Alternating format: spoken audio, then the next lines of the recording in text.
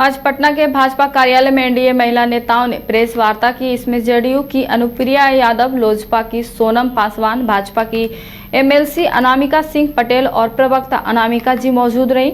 अनुप्रिया यादव ने कहा कि पितृपक्ष के महीने में प्रधानमंत्री मोदी की मां को गाली देना निंदनीय है। तेजस्वी यादव एक ओर गया में पिंडदान करते हैं तो दूसरी ओर ऐसी गंदी राजनीति पर चुप है। वहीं अनामिका सिंह पटेल ने कहा कि प्रधानमंत्री की माता को गाली देना और एआई कार्टून से टिप्पणी करना बेहद ही घटिया और निंदनीय है। नेताओं ने कहा कि एनडीए महिलाओं और परिवार के सम्मान पर किसी तरह की अभद्रता बर्दाश्त नहीं करेगा।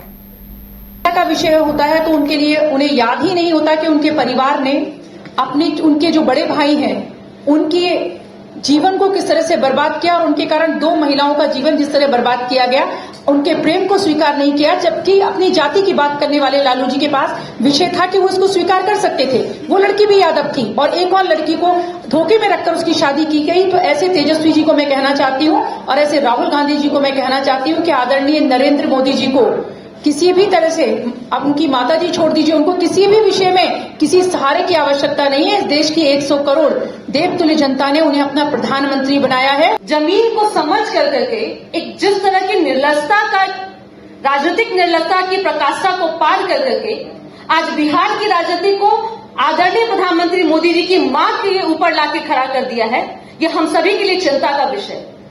बिहार आज महिला सशक्तिकरण के मामले में पूरे देश को एक दिशा दे रही है, कई राज्यों को सोचने पे मजबूर कर रही है।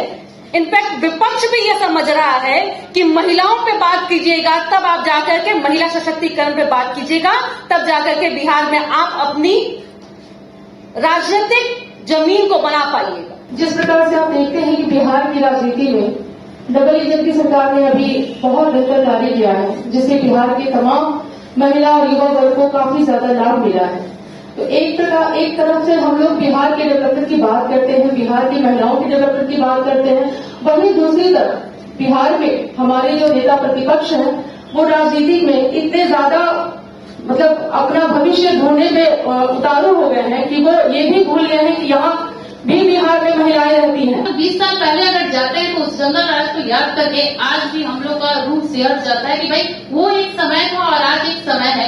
आज हमारे माननीय मुख्यमंत्री जी और यशस्वी प्रधानमंत्री जी के डबल इंजन की सरकार में जिस तरह से महिलाएं स्वावलंबी होकर जी रही हैं, अपने सम्मान के साथ अपनी जिंदगी को बिता रही हैं और सशक्त हो रही हैं, एक बिहार महिला सशक्त हुई है, तो ये उनसे देखा नहीं जा रहा है क्योंकि उनके पास कोई मुद्दा बचा ही नहीं है। का जो मुद्दा है, जो महिलाओं को सम्मान की बात होनी चाहिए, तो हम ये कहना चाहते हैं कि हमारे देश में जितने भी महिलाएं पूर्व से लेकर अभी तक महिलाओं के बारे में सम्मान होना चाहिए, उतना जो सम्मान के लायक हो।